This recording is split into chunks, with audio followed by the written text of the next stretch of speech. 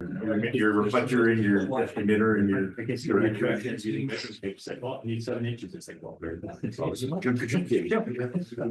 12 to 19. All right. Great, good morning. I'm Jay Taft, K1 EHZ, and it's my pleasure to speak with you this morning about Arden and what we can do with it. First, I'd like to make some acknowledgements. We're building out a microwave network in New Hampshire, southern New Hampshire, using a grant from ARDC, which we're very pleased to have. And we're collaborating with a partner, New England Digital Emergency Communications Network, which operates 90 plus DMR repeaters in New England. We also have a couple of clubs that we're working with, Central New Hampshire Amateur Radio Club, Capital Area Repeater Society, and there are also agencies and hospitals in Manchester, New Hampshire that are kind enough to provide us with sites and space to operate and so forth. We also have individual hams who are providing time, money, expertise, and equipment, which we very much appreciate. Why get involved with Arden? Well, for some of us, me included, it's to have something fun, learning something new in ham radio, and the relatively low cost of entry. So for about the price of a Baofeng, you can get into Arden and have some fun. One of the reasons I find it interesting is because it combines computer network technology with microwave radio technology. And you can see the Arden website, ardenmesh.org, for supported microwave equipment. It uses high-speed data applications within bandwidth constraints. You can operate fixed station or portable mobile operations. You can deploy it for personal enjoyment and event support, as well as MCOM. It's designed for MCOM primarily. You can participate in New England-wide networking. An important reason the ARRL is interested in this is to defend amateur microwave radio spectrum, which is always under pressure. And in fact, we lost some 3 gigahertz spectrum a couple of years ago. And as you look at this, you will think of many other possibilities of how you might use it. So I want to cover 3 main topics this morning. A little bit about Arden. It's an IP-based system. And when people ask me what I'm doing, I say it's sort of like internet over radio. So you can run a lot of internet applications over the microwave system.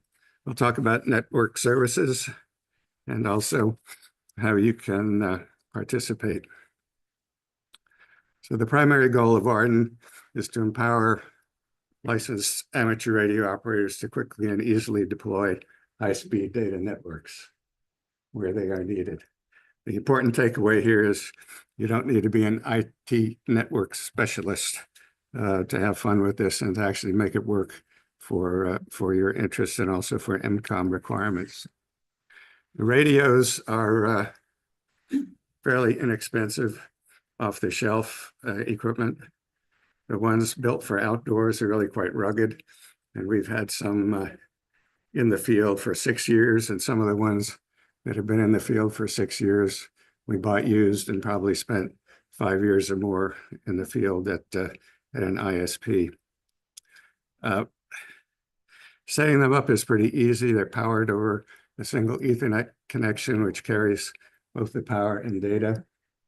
The firmware opens up some ham frequencies, and the bands that it operates in are typically 900 megahertz, 2.4 gigahertz, and 5 gigahertz. The high gain antenna options are important. For example, 400 milliwatts and a 20 dB gain antenna is about 45 watts EARP. So that's, you're getting into real power when you can point it all in the right direction. Line of sight is required, and the distance is greater than 30 miles. 30 miles is a reach for some of the 5 gigahertz equipment, but our longest link at the moment is 48 miles on 5 gigahertz, and it's a very good connection. Arden configurations are come in sort of three varieties: backbone, relay, and end user. The backbone or hilltop situation is for covering longer distances, and this is why we're partnering with people who have repeater sites. We get advantage of their elevation, and we can provide them with internet if they need it. These go down to end user or endpoint stations. These could be point to point from the backbone, or they could be a mesh configuration from the backbone. Also, sometimes you need a relay station to get down to them. Here's are some examples of our backbone nodes at a couple of 4 different repeater sites. We've got 7, I think, at the moment. One of the objectives of our grant proposal was to connect Massachusetts, New Hampshire, and Maine, because there's interest in those areas in the microwave network. So we have done that. We have 1 station in Maine and 2 in Massachusetts, connected to 4 in New Hampshire. So we've completed that part of our grant proposal. On the mesh side, towards the end users, if you have all nodes on the same SSID, the same channel, and the same bandwidth, they'll all communicate and pass traffic among themselves. So if one drops out, it becomes a self-healing network.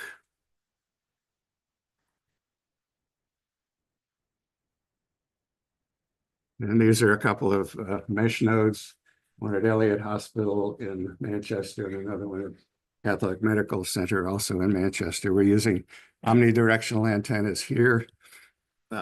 This allows us to direct other stations to connect with these omnis, and we can also set up portable stations. If we can hit one of the omnis with a parabolic, we can get into the network from a portable or mobile situation. So this is one of the radios that we use. I'll pass this one around. See what it looks like. This is a MikroTik, and it has quite a lot of capability. It's got 2 Wi-Fi radios built in, and you can use one of those as a Wi-Fi hotspot to connect with a computer. You can use the other one as an actual Arden radio on the Arden network. It's also got a wide area network or internet connection on the left, 3 LAN ports in the middle, and what's known as a device-to-device port on the right-hand side. That's used to connect to other Arden radios directly with an Ethernet cable. So what can we do with it? Well, first off, you can get into it with almost any device that has browser capability, including a DMR hotspot.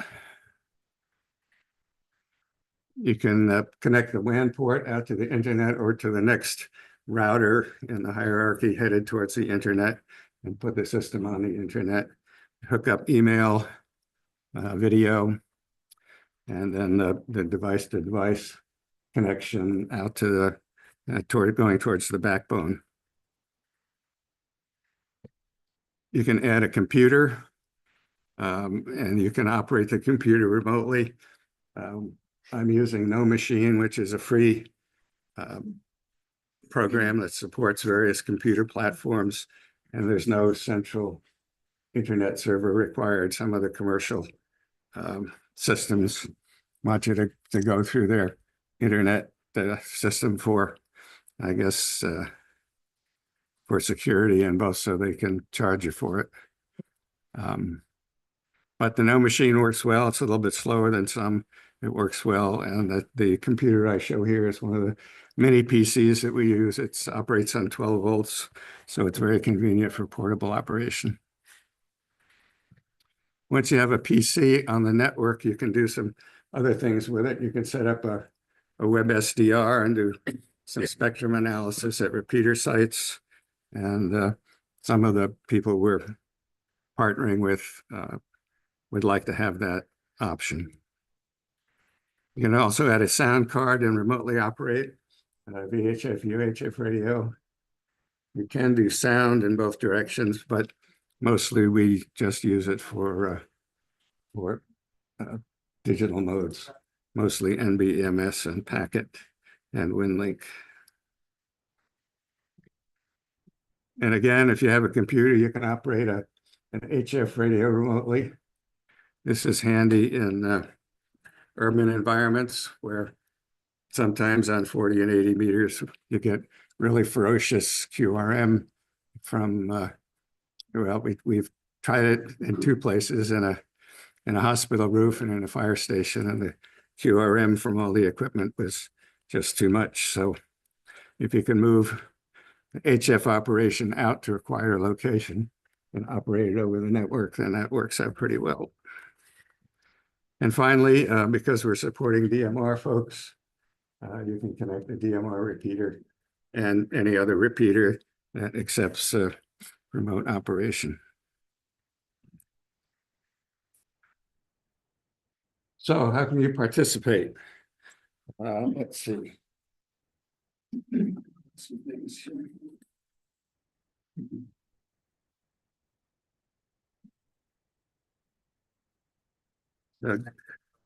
Jim Garner, if any of you were at Ham Expo 2023, you might have seen Jim Garner's presentation. This is the GLI net that we all bought, set up in the workshop to communicate over Biden. This is another version of the same thing, but it has external antennas rather than internal antennas. And this is sort of I think of as the Baofeng of Arden. It's about a little over 30 bucks on Amazon. And I'm going to talk in a minute about, everybody see that, about what we can do with it. These are great for club projects or even for individual training, but it's more fun if you can get a group of people together to use them. And two basic ways to use it. One is in a setting like this, where you can run them as an Arden mesh network, connect up a cable to your computer, and actually power them with the USB port on the computer and an Ethernet cable into one of the Ethernet ports. And one of the real advantages of this particular unit is that it's very easy to flash it with the Arden software. Some of the other ones are Microtics and Ubiquitys. You need to do some command line work. But this one, you can use the internal firmware update of the GLI net and add the Arden firmware to it. So this is one configuration, doing a Wi-Fi Arden network. The other is if you add a tunnel server, and you can use this one as a tunnel server. This one is a little bit more rugged. It's again a Microtik. This one's about 65 bucks. This one's about $110 last I looked on Amazon. And so you can set that up as a tunnel server. And again, if you have a club, you only need one person to set up the tunnel server. And then you sort of reverse the operation. You connect the computer to the device by Wi-Fi, and then use an Ethernet cable to connect to the tunnel server, either directly or over the internet to a central server. So you can, what I've done visiting friends is I plug the, I use this one here with the antenna, with the external antennas. You can plug it usually right into somebody's home router if it has a USB port to power it, and then an Ethernet cable to the LAN side of their home Ethernet router. And then you can set it up. The tunnel clients and tunnel server software are built into these units. So it's real easy to set up a tunnel and go to the tunnel server. And then again, you can, from the comfort of your own home, you can chat with people over the Arden system using the internet. Another thing you can do is once you have a tunnel server going, is you can connect that to a supernode, and then you can get out to the Arden global system. There's, although Arden was originally designed to basically be a microwave network, it's gotten a lot of use over the internet. People are using it for all kinds of things. And as you saw in some of the applications that I showed a few minutes ago, there's a lot you can do: telephones, video cameras. In California, they use a lot of video cameras on their sites to watch for fires, which is and some people use them for site security. You can keep an eye on your site pretty easily. So that's one of the reasons I like these little GLINet devices, is you can actually get started and do a lot in Arden for about the price of a Baofeng. Well, this is a device that you can use as a tunnel server. This requires a little bit more setup than the client. The client doesn't require any adjustments of the configuration of your home router, but the incoming signal to the tunnel server requires DDNS or a fixed IP address, which is pretty expensive, but you can get a free DDNS from noip.com and aim that at your home router. And some home routers, mine, will actually notify NoIP if the IP address coming in from Comcast changes. So it really needs to have a fixed point of entry to get the client tunnel into the tunnel server. So you can get that from NoIP. You should establish a static IP address on your home router for the tunnel server. So the tunnel server is always looking at the same IP address on your home router. And you also have to forward port 5525 from your home router to the tunnel server. All this stuff is available on the Arden documentation on ardenmesh.org, so you don't have to remember it at this point. The other kind of thing we do for operating in the field is we set up a few of these feed horns. Oh, thank you.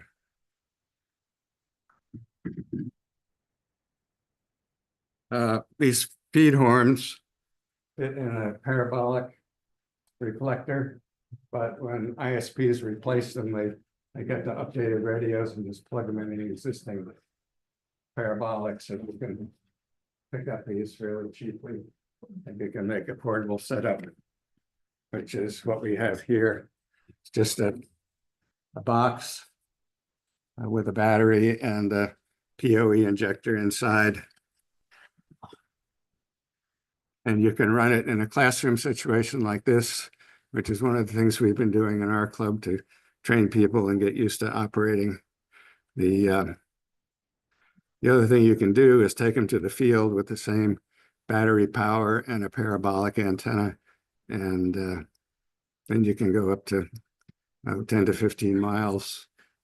You have to be above the trees out in the open, but you can do event support and or just have fun using Arden in the field.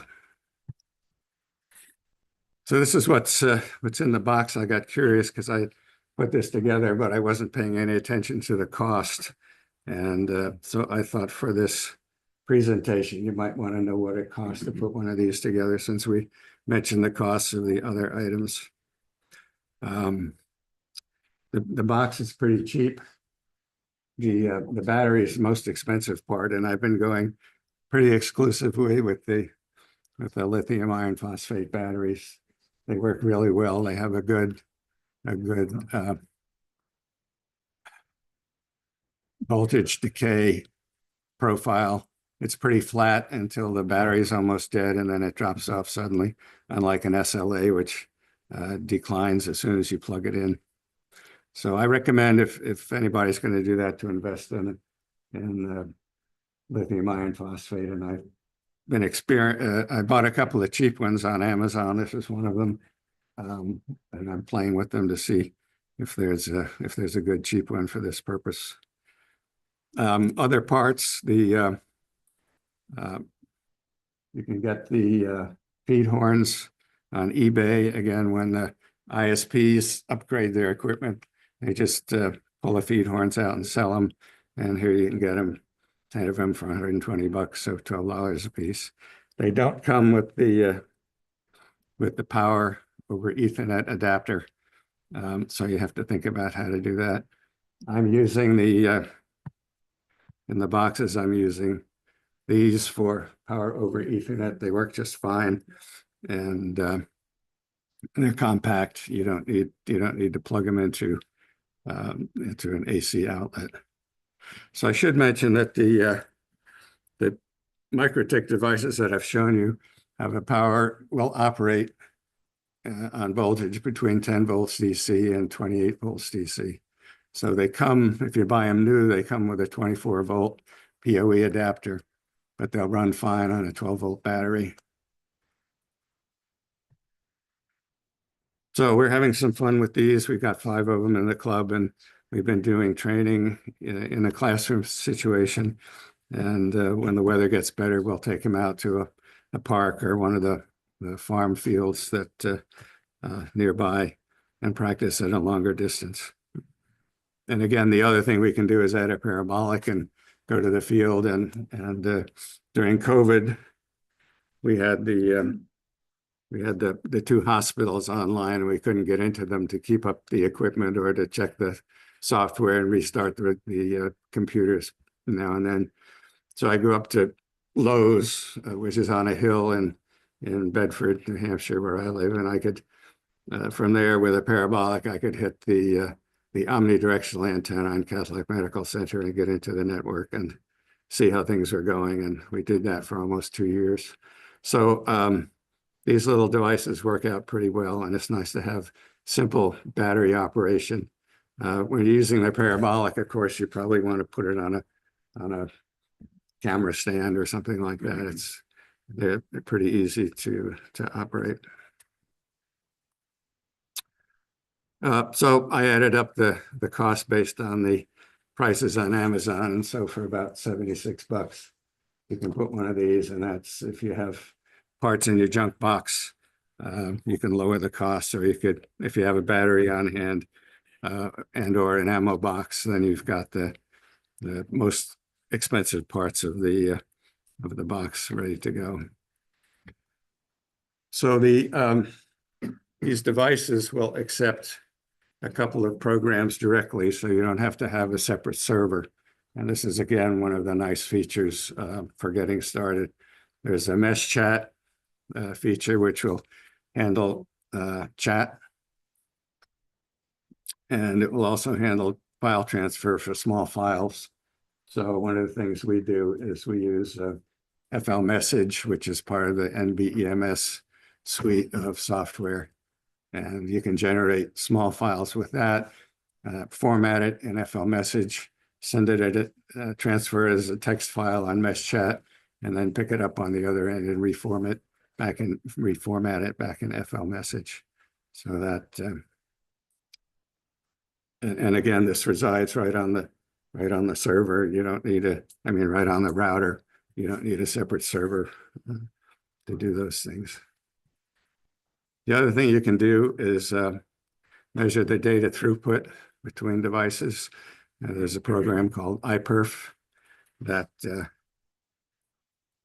there's a program called iPerf, which sends over the network 10 bits of information and measures the rate between two sites. And this is our 48-mile link from Shapley, Maine to Chester, New Hampshire. And on this particular day, we're getting 15 megabytes per second over that 48-mile link, which we're pretty happy with. The DMR that we support only needs about 200 kilobits.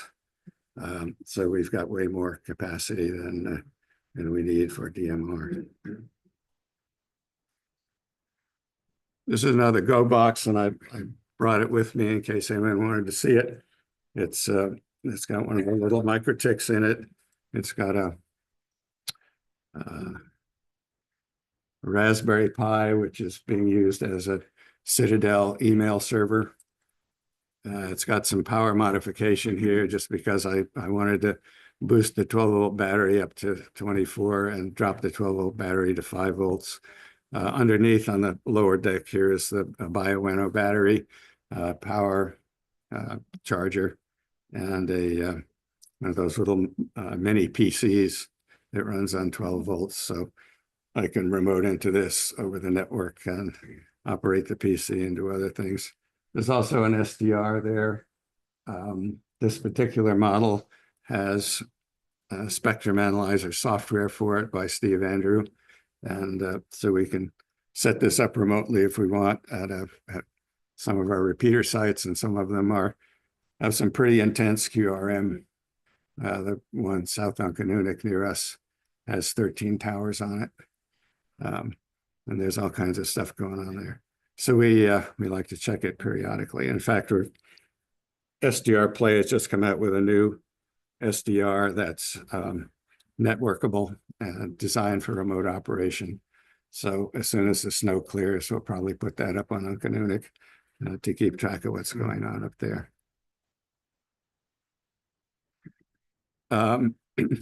So what's going on in New England? These are tunnel nodes. We talked about tunneling. These are active tunnel nodes last week that if you put latitude, longitude information into the Arden software, it will go out, and you're on the internet, it will go out and post your site on the Arden map.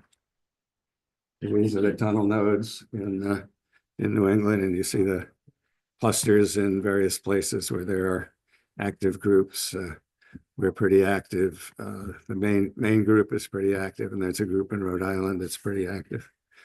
In terms of the 5 gigahertz nodes, the RF nodes, you can see the main group up here.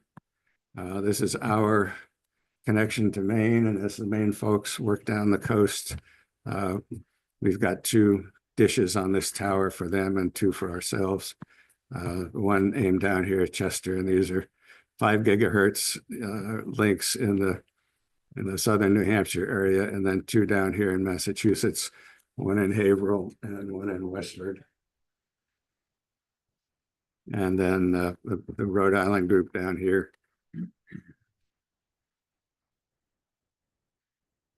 So in summary then, Arden is an IP-based system.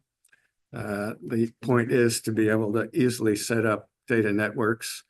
And it was designed primarily for EmComm, but we can certainly use it without much networking experience for other purposes. There are lots of applications that can be used over this. As you think about it, you'll think of more. You can do video. You can't stream really fast video, but sort of low resolution video works fine. No problems with that. And for about $35, you can get involved in Arden. Group nets are a lot of fun. Chat and file transfer work and data speed program on nodes, and without any separate servers needed. So again, the cost of entry is pretty low. And with an internet client, an internet tunnel server to serve your clients, you can get into the Arden global network from home. So I just want to mention that our club, the Merrimack Valley Amateur Radio Association, is a 501c3.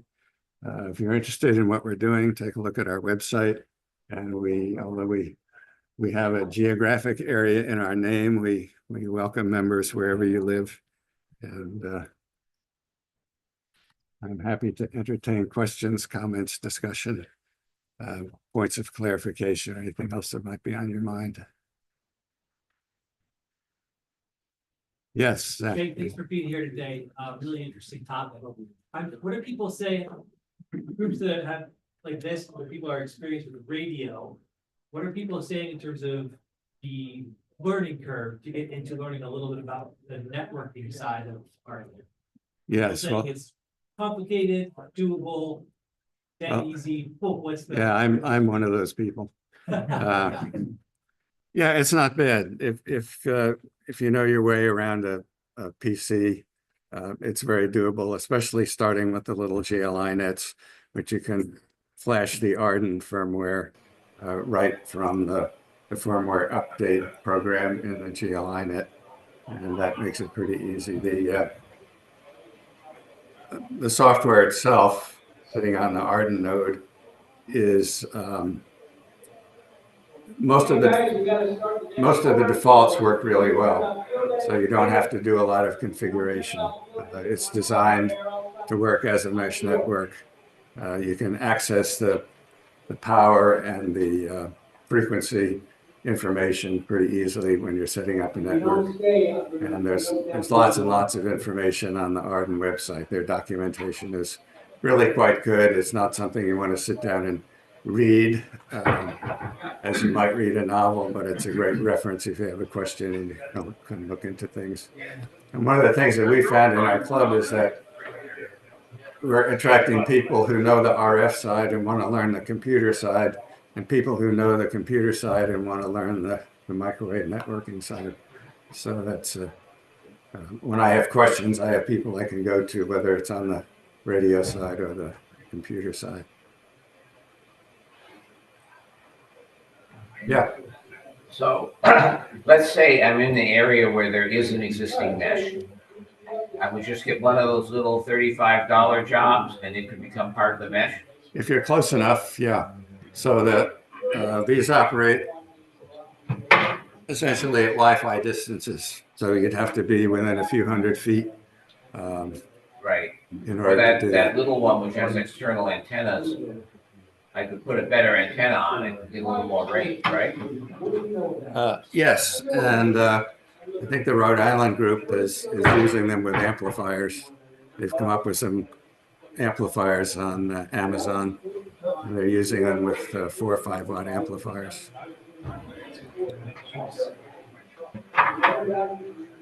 Yeah. When we get plenty of weather up here in this part of the world, what happens when it's snowing or sleeting between your microwave link? Does it affect bandwidth, speed?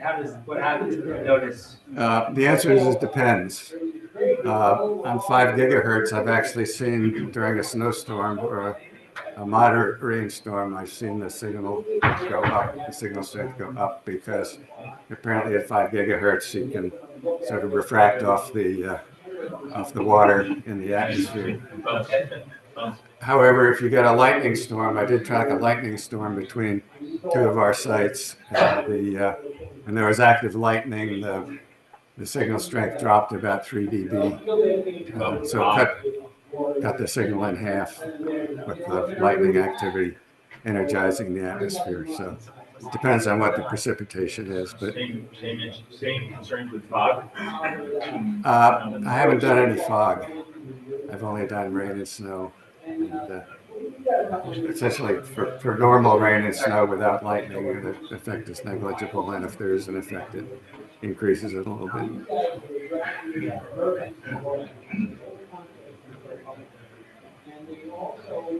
Anything else? So let's say I've got this box. Now the thing comes with chat software, so I can contact any other node if I know what. You would need to go through some sort of a client server, and the chat is it's a third party. It doesn't come in the software. You have to add it to, which is pretty easy to do. And this is software that's running on your PC. No, it's running on the little box. It Yeah. runs on the little box. And I talk to it via my PC over Ethernet. What protocols am I using? Do I log into it? Do I use it? Yes, you use a browser, the web browser, and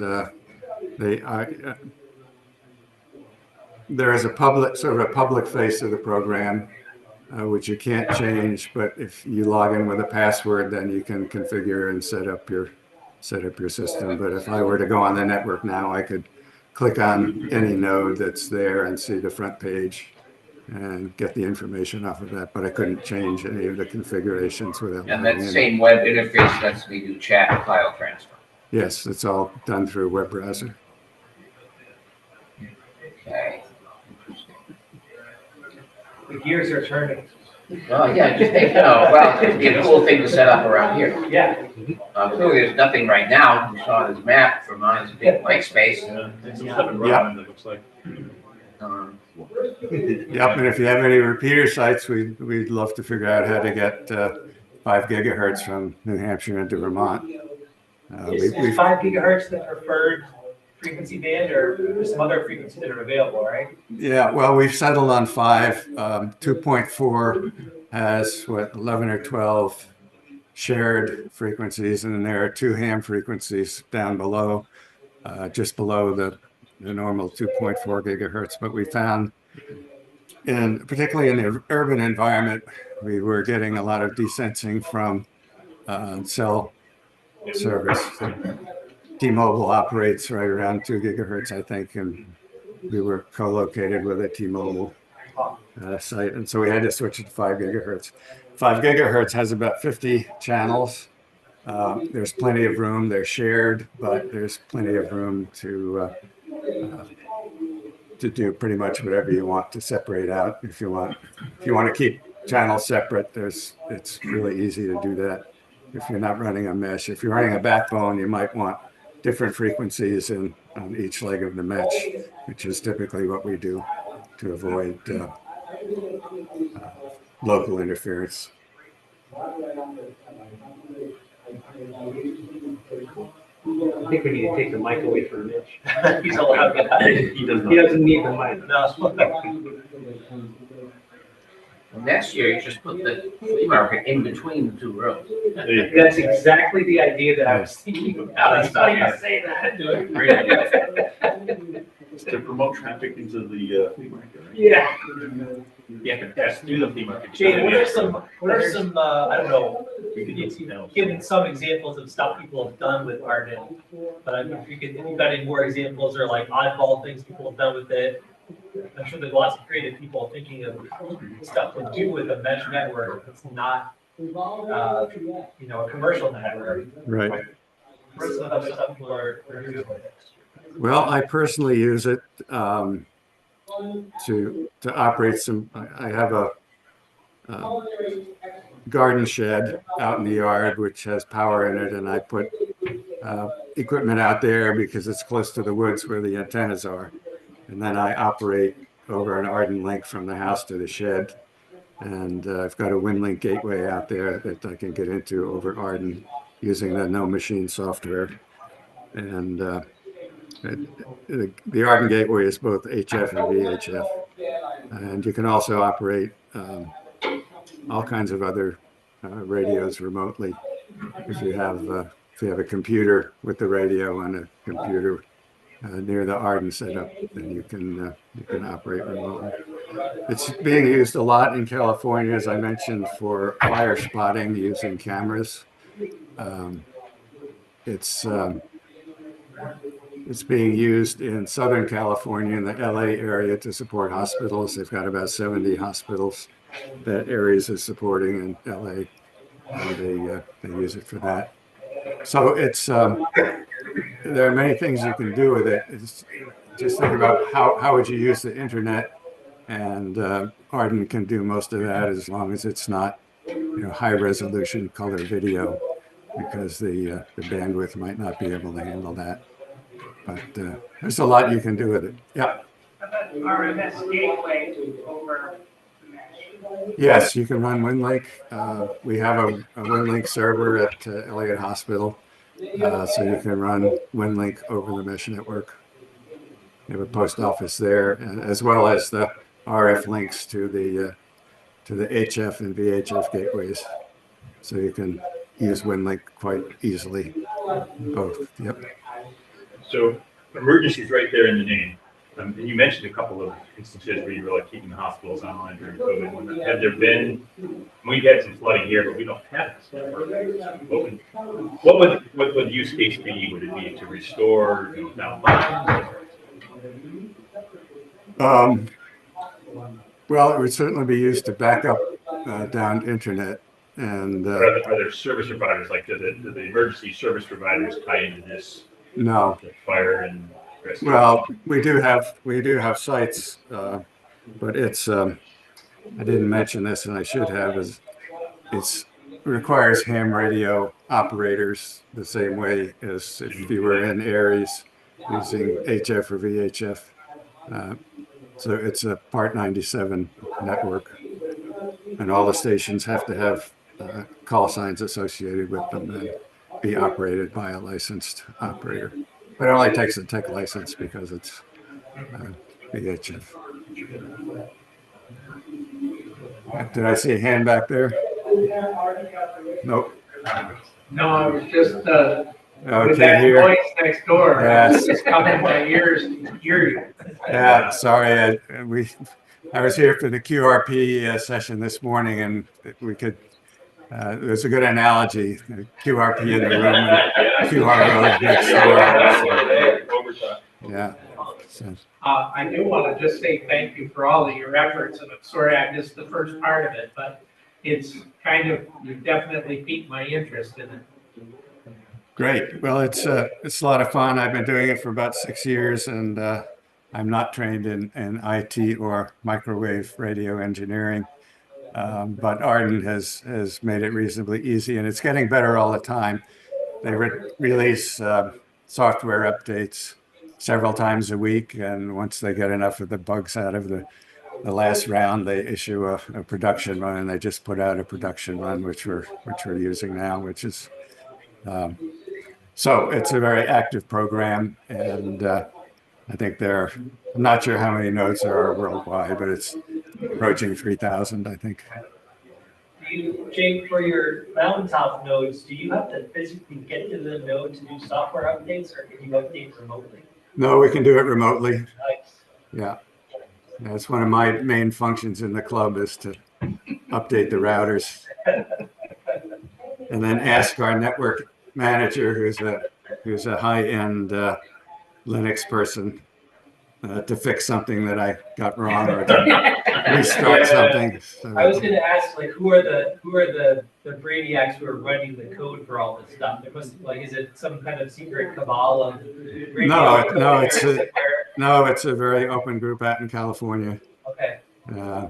And they're easy to get to. They don't always have time to fix the things or to insert the features that we'd like, but Yeah. they're moving it in the right direction, and it's getting better all the time. It's like it's a volunteer group of Yeah, it's a volunteer group. They ask for donations, so those of us who use it try to give them a donation once a year. How do the manufacturers like Ubiquity feel about hams hacking all their stuff? I have no idea. They don't care. They're selling the equipment, so Yeah. Why not? Whether they're in a network business or a hardware business. Yeah. Well, a lot of network hardware actually is based on, what's the name of that software? It's OpenWRT is mostly Based on WRT to begin with. right. So, why write it when you just download it? Yeah. Very cool. Yeah. Well, you're giving us some stuff to think about here in Vermont. It was interesting to see that chart with all the nodes around Vermont. If only there was a tower in Shelburne. Geez, I wonder. Well, Yeah. They just revamped the water tower at UVM and took down all the antennas, put it back up again. Yeah. Omni there. Put an Omni there and then put one up on Mansfield. We covered the whole way. You need a ton. Is this all consumer grade stuff? Is like on Mansfield, like what survives up at elevation? You must have like some special antennas to survive. Yeah, we haven't tried Mount Washington yet. Yeah. This was only like, 3,400 feet, not Washington, not like Mount Washington. We don't have, 150. Yeah, there is equipment on Gunstock, which is about 3,000 feet and is a pretty harsh environment, and that seems to do okay.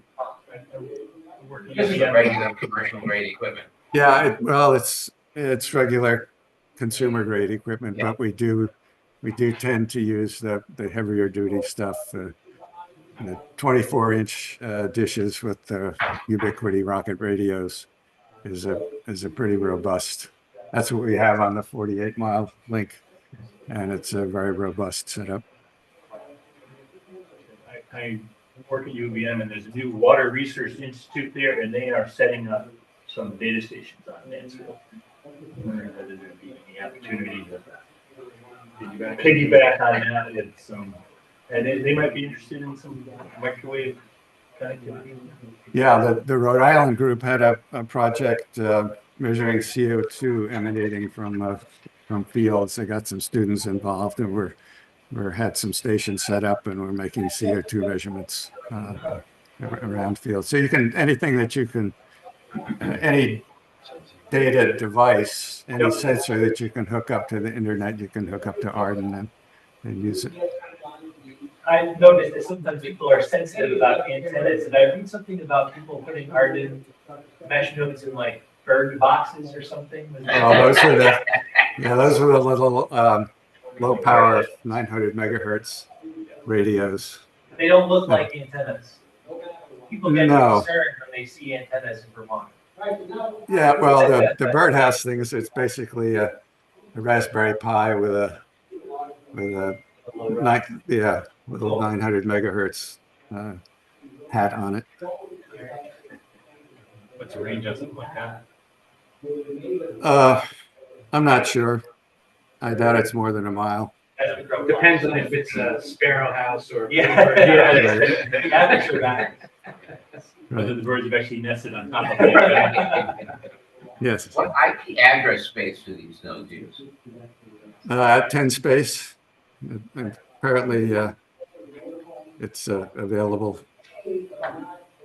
And because there are a lot of nodes and the potential for interconnection, they have to be unique. They can't all be 192.168, et cetera, like our home So every routers. node has a unique IP address. Yes, and it's generated off the MAC address. Oh, so nobody coordinates it. No, It's done by hashing the MAC address. yes. You cross your fingers that you won't have to do it. Yeah, I mean, you can change it, but the Arden folks don't recommend changing, particularly you can change the LAN side, but they don't recommend changing the Arden RF side. So you don't have IP conflicts. And the protocols, so I set up this machine on them. I set it up to talk to the network. It communicates with the network. All the rest of the network then learns that 10.whatever is now reachable, and it's this one here. Yes. Well, in your network, that's true. If you think of a network as an island connected, if you have the tunnel server going to a supernode, then your network is an island with a connection to the supernode, which then allows you to connect to other supernodes. So the idea is you don't want 2,700 IPs competing for time on your network. You want to separate them out. So do you limit the size? It's one big mesh, right? You've got tunnels between them. Yes, you have tunnels between them, but you also have these supernodes that prevent data coming into your network unless you want to go get it. I mean, you can go through the supernode and get to another node across the country, but you have to tap into that. You don't want all of those IP addresses competing with your OLSR table and your routing tables. We've had to be careful about that because when that happens, our DMR repeaters can't pass traffic to the C bridge, and they just go down. The radios stay up and the repeaters stay up, but the traffic gets diverted such that it doesn't get to where it's going. Where does DMR fit into all this? Well, DMR requires an internet feed from each DMR repeater to the central server, which is called a C bridge. In our case, it's located in the Boston area. So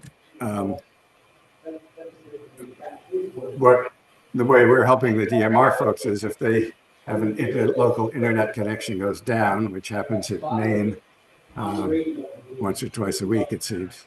Then the DMR signal is routed over the 5 gigahertz network until it gets to an internet connection at one of our other sites. So that map you showed, can every node on that connect to every other node without using the internet? Yeah, if we have the orange dots are interconnected by The 5 gig. The 5 yeah, gig. these are where you see an orange line connecting them. Those are all connected together.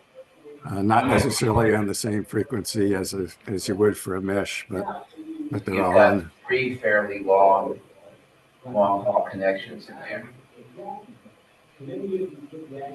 Well, there's one long haul here from Maine down to Right. Chester. These haven't reached our site yet, Oh, and the Rhode Island group is not connected to us yet. But we're hoping that there's more interest in Massachusetts. It doesn't show up here, and we're hoping eventually that that will happen. And of course, if we could get over the ridge here in central New Hampshire, we'd be happy to extend into Vermont as well. As I said, we do have a grant, and we have to spend it out by the end of October this year. So if you have any ideas, if you wanted to put up a hilltop location on your side of the Connecticut River, we'd be happy to try to find a way to get to it. Was your grant through? What organization? ARDC, amateur radio, digital communication or data communication. They have, I think, three grant periods a year. The wrinkle is you have to be a 501c3 to apply, or a municipality, There's another radio. or a program, university. 501c3. Yeah. So for routing, do you use BGP or Border Gateway Protocol? How do you route I'm not the IT guy. It uses OLSR, but beyond that, I don't know exactly how it works. It might be in the Arden documentation, though. If you go on ardenmesh.org, you can access the documentation, and they might give you a little bit more technical information. Anything else? 5-minute warning. Mr. Duffy will be joining us from DX Engineering. Okay. Thanks very much. I enjoyed being here, and hope you have some fun with Arden.